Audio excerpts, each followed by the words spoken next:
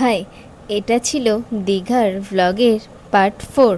দুপুরে খাওয়া দাওয়া সেরে বেরিয়েছিলাম সমুদ্রের দিকে আমড়া মাখা কিনে নিয়ে। সমুদ্র দেখতে দেখতে আমড়া মাখা জাস্ট জিভে জল চলে এলো বলতে বলতে। তারপর রুমে এসে রেস্ট নিয়ে বেরোলাম সন্ধ্যাবেলায় কিছু কেনাকাটা করতে। কাকিমা পিসির জন্য কিনলো শাঁখ, আর আমি ততক্ষণ খেলাম গরম গরম চা আর বিস্কুট। একটা সত্যি কথা, আমার ভিডিওতে আপনারা কিছু দেখতে পান না পান, চা কিন্তু প্রত্যেকটা ভিডিওতে থাকবেই। চা ছাড়া জীবন অচল। চা লাভার, যারা চা লাভার আছো, কাকিমা কিনলো দোলনা আর আমি কিনলাম মিমিমিদের জন্য কিছু গিফট। মিমির জন্য নিয়েছিলাম হার কানের, আর মিতের জন্য ব্রেসলেট আর শাঁখের একটা চাবি রিং। তারপর কিছুক্ষণ সমুদ্রের ধারে বসে রাতের খাবার কিনে নিয়ে রুমে গেলাম। কিনেছিলাম রুমালি রুটি, ডিম তড়কা আর চিকেন কাবাব। কাকিমা যেই দোলনাটা কিনেছে সেটা বসে দেখছিলাম দোকানেতেই। তো চলুন, আজকের মতন এইটাই। কালকে সকালে তো আবার বাড়ির জন্য বেরোতে হবে, তাই তাড়াতাড়ি রুমে যেতে হবে।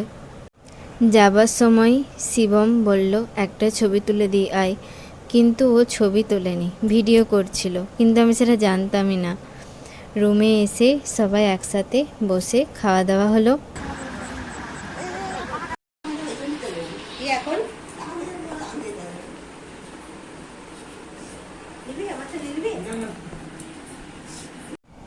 এরপর সকালে রুম ছাড়ার পালা। সকালে সমুদ্রটা দেখতে বেরিয়েছিলাম রেডি হয়ে, ও একটু চা খেতে বেরিয়েছিলাম। দেখছেন সেই চা, বললাম না চা থাকবে ভিডিওতে।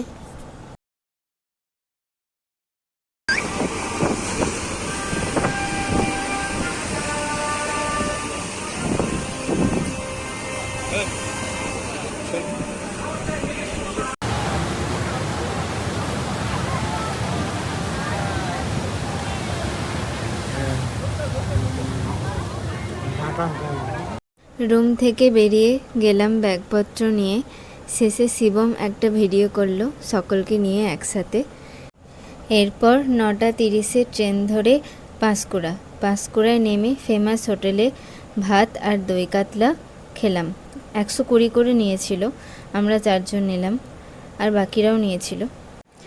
সবাই দীঘা থেকে কিছু না কিছু কিনে নিয়ে যায়, আমাকেও তো কিছু না কিছু কিনে নিয়ে যেতে হবে বলুন। তাই একটা ব্যাগ নিয়েছিলাম আর আয়না নিয়েছিলাম। তো চলুন, ভিডিওটা তাহলে এখানেই শেষ করছি। আসছি আবার নতুন একটি ভ্লগে।